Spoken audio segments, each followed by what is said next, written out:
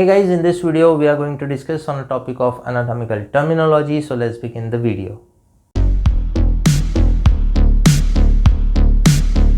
अगर हम देखें कुछ ऐसे टर्म्स जो बार बार रिपीट होते हैं during the study of anatomy, उन्हें हम कहते हैं एनाटॉमिकल टर्म्स या एनाटॉमिकल नॉमेनकल्चर। सो सबसे पहले अगर हम देखें तो टर्म एंटीरियर और पोस्टीरियर को हम डिस्क्राइब करेंगे। So term anterior and term posterior. Term anterior को ही हम वेंट्रल भी कहते हैं, it is also called ventral. Term posterior को हम डॉर्सल कहते हैं, it is also known as dorsal. Okay, ventral या एंटीरियर का मतलब होता है फ्रॉम फ्रंट, और पोस्टीरियर और डॉर्सल का मतलब होता है फ्रॉम बिहाइंड या फ्रॉम बैक, बैक और फ्रॉम बिहाइंड। जब हम किसी ह्यूमन बॉडी या ह्यूमन स्ट्रक्चर को सामने से या फ्रंट व्यू से ऑब्जर्व करते हैं या स्टडी करते हैं, तब हम टर्म यूज करते हैं एंटीरियर या वेंट्रल। अगर हम इसी के अपोजिट किसी ऑब्जेक्ट को, किसी ह्यूमन स्ट्रक्चर को या ह्यूमन बॉडी को जब बैक व्यू से या बिहाइंड से स्टडी करते हैं, तब हम टर्म यूज करते हैं पोस्टीरियर या डॉर्सल। ओके, इसे अगर हम लोकेशन वाइज देखें तो हम समझ सकते हैं इसे इस मार्कर के एग्जाम्पल से। ये मेरे पास दो मार्कर हैं, एक रेड कलर का है, एक ग्रीन कलर का है। इसकी पोजीशन को अगर मैं देखूं तो red one is present in front of green one. Okay, तो जो चीज फ्रंट में प्रेजेंट होती है उसके लिए हम टर्म यूज करते हैं एंटीरियर और वेंट्रल। ओके, तो यहाँ पे जो रेड मार्कर है इसे हम कह सकते हैं it is situated anteriorly in the comparison to the green marker. Okay, और जस्ट इसका अपोजिट अगर हम देखें, जो कोई स्ट्रक्चर अगर बैक या बिहाइंड में प्रेजेंट है तो उसके लिए हम टर्म यूज करेंगे पोस्टीरियर या डॉर्सल। तो इस केस के अंदर जो हमारा ग्रीन मार्कर है वो एंटीरियरली प्रेजेंट रेड मार्कर के पीछे की तरफ प्रेजेंट है, यानी बैक साइड में प्रेजेंट है। तो इसके लिए मैं अगर इसको एज अ रेफरेंस मार्कर की तरह यूज करूं तो इसके लिए मैं टर्म यूज करूंगा it is situated posterior to the red one और रेड मार्कर। ओके, सो जो ऑब्जेक्ट आगे की तरफ प्रेजेंट होता है, फ्रंट में प्रेजेंट होता है, उसके लिए हम टर्म यूज करते हैं एंटीरियर। जो ऑब्जेक्ट पोस्टीरियरली या पीछे की तरफ प्रेजेंट होता है उसके लिए हम टर्म यूज करते हैं पोस्टीरियर या डॉर्सल। ओके, इसी को अगर हम ह्यूमन बॉडी एग्जांपल के थ्रू अगर समझने की कोशिश करें, सो ये हमारा साइड फेस का व्यू है, ह्यूमन फेस का साइड व्यू है।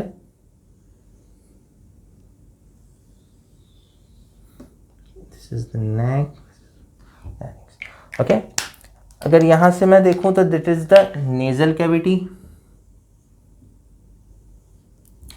इसके नीचे वाली जो होती है that is called oral cavity.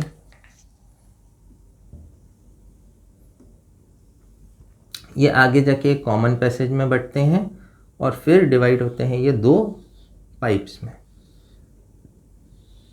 Okay, अगर आगे वाले इस पाइप को देखूं दैट इज ब्लू कलर का जो है that is called wind pipe और ट्रैकिया। ट्रैकिया। पीछे वाला जो है ये black one that is called oesophagus और फूड पाइप, ईसोफेगस। ओके, अगर इन दोनों की पोजीशन को हम देखें, लोकेशन को देखें, सो हमारा जो ट्रैकिया है वो ईसोफेगस के आगे प्रेजेंट है। ओके, तो हम कहेंगे trachea is situated anterior to the oesophagus. अगर मैं ईसोफेगस की बात करूं सो ये पीछे प्रेजेंट है किसके, ट्रैकिया के। ओके, तो इसके लिए मैं टर्म यूज करूंगा the oesophagus is present posterior to the trachea. Okay, so this one is term anterior and posterior. अब हम सेकेंड टर्म देखते हैं that is called medial and lateral. Okay, second term को अगर हम देखें सो सेकेंड टर्म है हमारा मीडियल और lateral. The second one is medial and lateral. Okay, so medial और लैटरल को समझने के लिए सबसे पहले हम समझते हैं इस ह्यूमन बॉडी को। सो ह्यूमन बॉडी की ये जो पोजीशन है that position is called anatomical position. It is called anatomical position.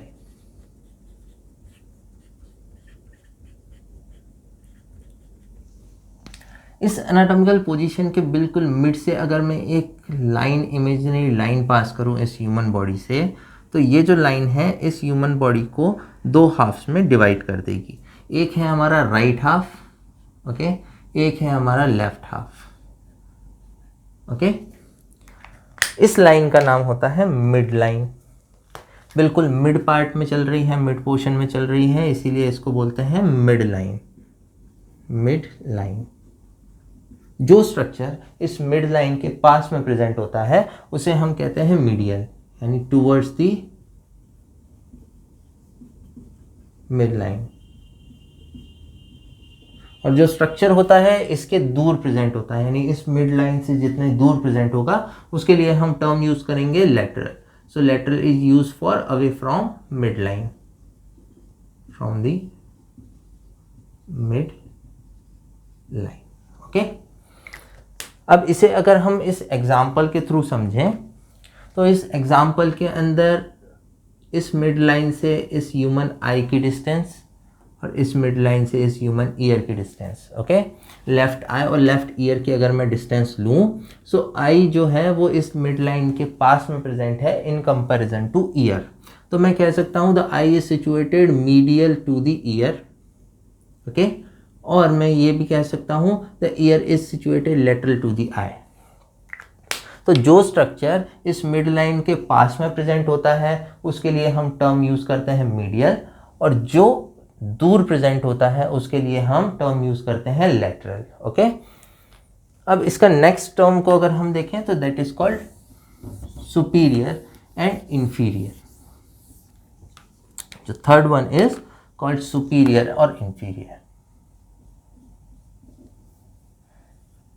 Superior and inferior, okay. Superior का मतलब होता है अबव, इंफीरियर का मतलब होता है below.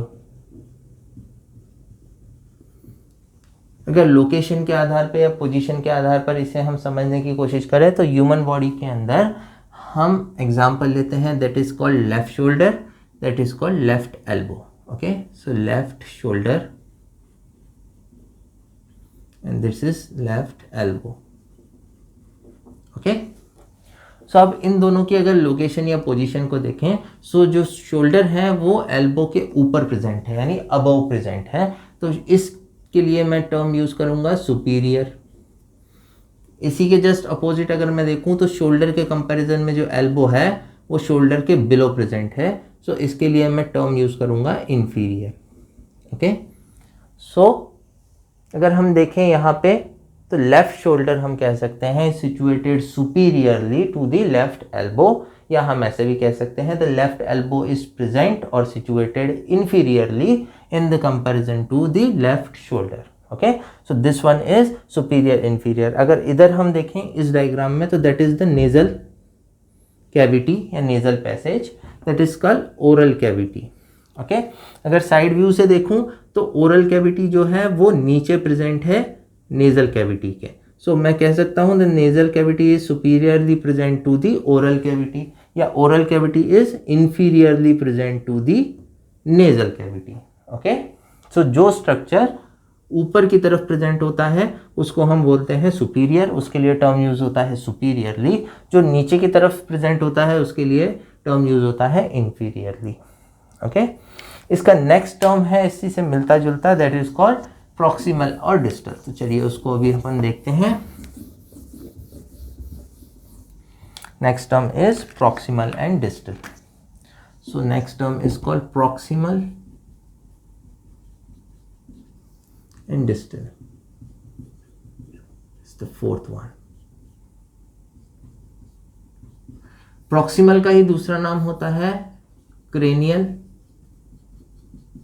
It is also called cranial और रॉस्ट्रल, रॉस्ट्रल, ठीक है। डिस्टल को हम कह सकते हैं कॉर्डल, ओके। सो इस डायग्राम के अकॉर्डिंग अगर मैं बात करूं तो इस डायग्राम के अंदर अगर हेड पोर्शन जो होता है उसको हम कहते हैं क्रेनियल, उसको टर्म देते हैं क्रेनियल, और टुवर्ड्स द फीट जो स्ट्रक्चर प्रेजेंट होता है उसके लिए हम टर्म देते हैं कॉर्डल, ओके। सो अगर मैं डिस्टेंस वाइज बात करूं तो यहाँ से हेड से इस लेफ्ट शोल्डर तक का डिस्टेंस, हेड से इस एल्बो तक का डिस्टेंस, लेफ्ट एल्बो तक का डिस्टेंस अगर मैं मेज़र करूं सो लेफ्ट एल्बो जो है वो हेड से या क्रेनियल पार्ट से दूर प्रेजेंट है, ठीक है। शोल्डर जो है वो एल्बो के कंपैरिजन में थोड़ा सा पास में प्रेजेंट है, किसके, towards the head, okay.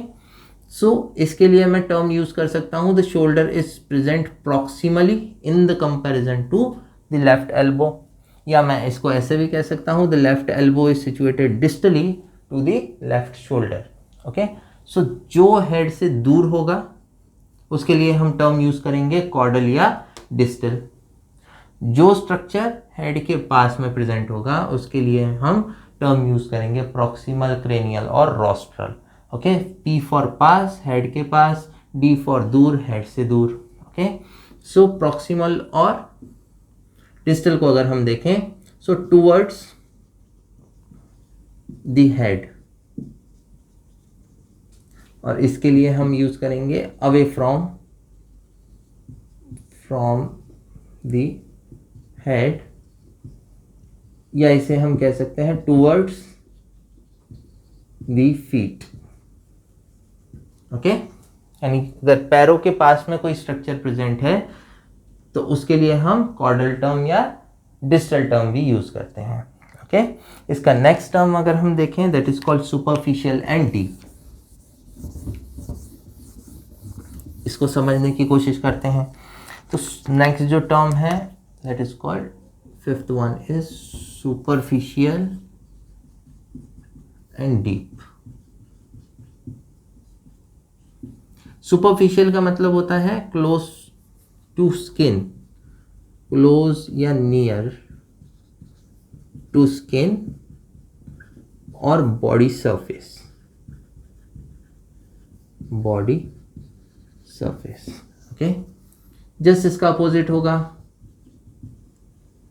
Away from the skin, okay. इसे अगर एग्जाम्पल के थ्रू समझें तो अगर मैं इस पोर्शन को, इतने पोर्शन को यहाँ मैग्नीफाई करके देखूँ तो सबसे आउटर जो लेयर होगी दैट इज स्किन, स्किन के नीचे प्रेजेंट होता है हमारा fat that is called subcutaneous fat and fascia, ठीक है। तो that is the subcutaneous fat, okay. Subcutaneous fat के नीचे लेयर आती है फेशिया की, फेशिया के बाद लेयर आएंगी हमारी मसल्स, ओके। इस फेशिया के बाद आर्टरी, नर्व्स, वेन्स भी पाई जाएंगी, ठीक है। यहाँ पे हमारी आ गई मसल, मसल के नीचे आती है हमारी लास्ट में बोन, ओके। तो ये हमारी bone, that is the bone, muscle, fascia, subcutaneous fat and skin. So superficial structure को हमने बोला था जो स्किन के पास में प्रेजेंट है। सो अगर कंपेयर करके देखूं मैं बोन का फेशिया के साथ में, ओके, या मसल के साथ में, तो मसल जो है वो बोन के कंपैरिजन में स्किन के पास में प्रेजेंट है, तो हम कह सकते हैं muscle is situated superficially in comparison to bone, और हम कह सकते हैं bone is present deeply in comparison to these above structures, okay, that are muscle, fascia और superficial fascia, deep fascia और subcutaneous fat, okay. So these are some terminologies. I hope आपको ये सब क्लियर हुई होंगी। So मिलते हैं हम नेक्स्ट वीडियो में। Till then take care, goodbye.